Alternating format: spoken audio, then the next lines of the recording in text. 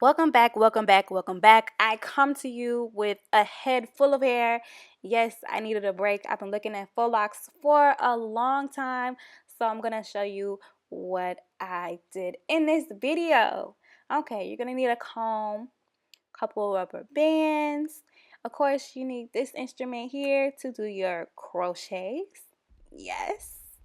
And you will need a good, I want to say, 3 or 4 packs to do the wrapping of braiding hair, to do the wrapping around your braids. And this lovely thing here, which is the Havana Twist Hair, it's used for crocheting your hair, but you'll see in this video what I use it for, and it makes it so much easier. Now, of course, if I didn't tell you, I didn't tell you. Okay, I didn't tell you. I'm doing half up, half down. What I mean is I'm doing all the way around the world. If you don't know what that means and you don't do hair, that means basically I'm doing the crowning of my head and I'm braiding the middle to do my faux locks. I'm sorry, to do my crocheting. So I'm just really showing you how I split up my hair. Now I'm braiding the crown part of my head just so I can braid down the middle part of my head. Yeah, it's a lot. Ugh. It's a lot. It's a lot. But stay tuned because you can do it. If I did it, you can do it. So let's get started. I'm taking my Havana Twist hair just like I did.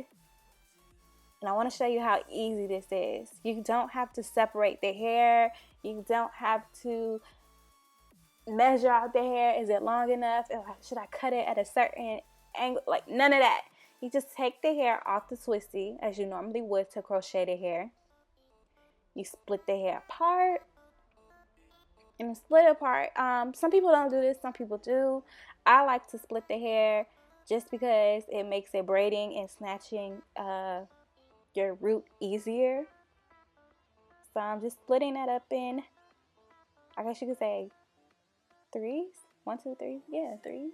It's really twos, but you splitting one of those into 2 parts. And you just braiding down the hair.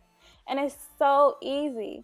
And after that, you're just braiding the or twisting the hair down until a certain point. So freaking easy.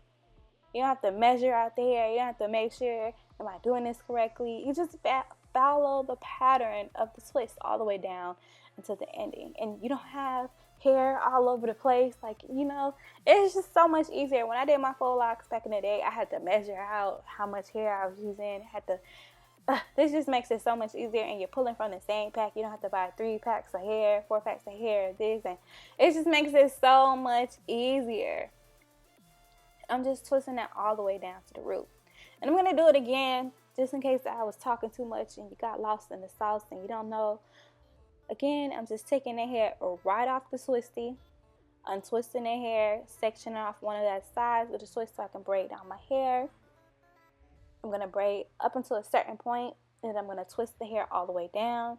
You don't have to do that. I think it's easier if you twist it all the way down. Some people don't. You'll see that I do that second option where, hey, maybe I don't have enough braiding hair, so I'm going to unravel the twist once I'm wrapping the hair with the braiding hair and just taking that hair, and I'll show you because I know I always jump to conclusions, but I'll show you how easy that is.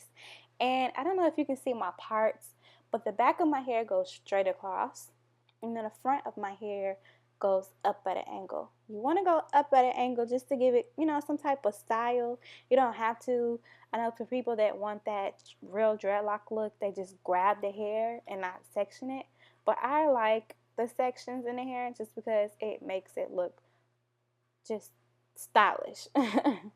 So this is the favorite part. This is the part that really just takes the most time. I'm just taking the braiding hair, starting at the root, grabbing the hair and wrapping the hair around it as tight as I can, making sure not to skip any gaps whatsoever.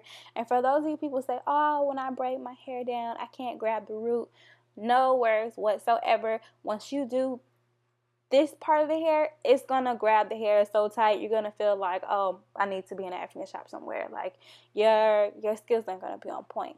Now if you notice, every once in a while I stop and I push the hair up. That's just making sure that the whole braid or twist is covered, and you want to stop and do that every once in a while just so that you don't have missing parts. You'll see like opening parts, and that's just where you are kind of rushing and not wrapping the hair all the way around. So take your time when you're doing this. When you're doing your twist, it's going to take you a good 2 minutes to probably braid down the hair to a certain point, twist down to a certain point, 2 minutes, and this is going to take you a good 3 minutes or 4 minutes to just wrap the hair all the way around. It sucks. So you can just multiply that by how many plaits that you have in your hair. That's how long it's going to take. That's why most people just go the crocheting.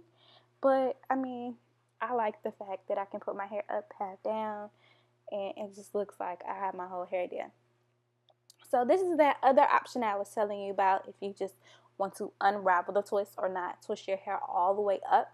And if you run out of braiding hair, you didn't buy enough packs, then you're just gonna unravel the hair, take a little bit of that hair and just start wrapping it around just like you did the braiding hair. Now the only bad thing about this is you no longer have that, I guess you say, perfect size from the root all the way down to the ends. You're now, I guess, cutting the size of the lock also. So that's the only bad part about it. But other than that, it's easy. You just have to take your time and do it right. But the payoff is amazing once you are finished. I'm going to show you how to burn the hair now. You can take a lighter. I'm taking a long torch lighter, and I'm just extending the hair out a little bit, burning the ends. You can also burn the ends and then cut it. It's not that necessary, it doesn't burn, so you can do it this way. You'll see people go up the dread. Basically, there's just some hair that kind of raveled off. You want to burn that off, or you can cut it off. It doesn't matter. So you can see how the hair looks. Now I'm going to take my gray rods. I have a bunch of those left. So if you don't have gray rods, get you some, girl. And I'm just going to wrap the hair around the rod, just like that. I'm going to do all the ends like so, and I have some boiling water on the stove. I'm going to empty that into a container, not shown in this video. I'm going to empty in a container, lay my hair in there for what, a good 10 seconds. Real easy to do, and you will need a towel because that water is scorching. Get you a towel, get you a nice little facial right quick with the boiling hot water. Then unravel the hair. The good thing about this steam is the steam will loosen up the dread. Like I said, you're gonna, when you finish, it's gonna feel like you should be working in an African shop somewhere. Like your hair will be on point, but it'll also be stiff.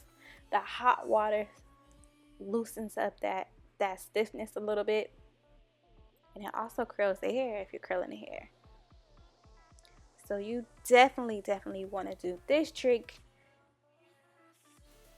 no matter how old you are, because it just looks good once you curl the ends. And this is the look all done and pretty. If you want to see more pictures and more style, especially if my makeup on point, head to my Instagram. It's GlamKrazy, that's with a K. Thank you so much for watching. Let me know if this helps. Let me know if this works for you.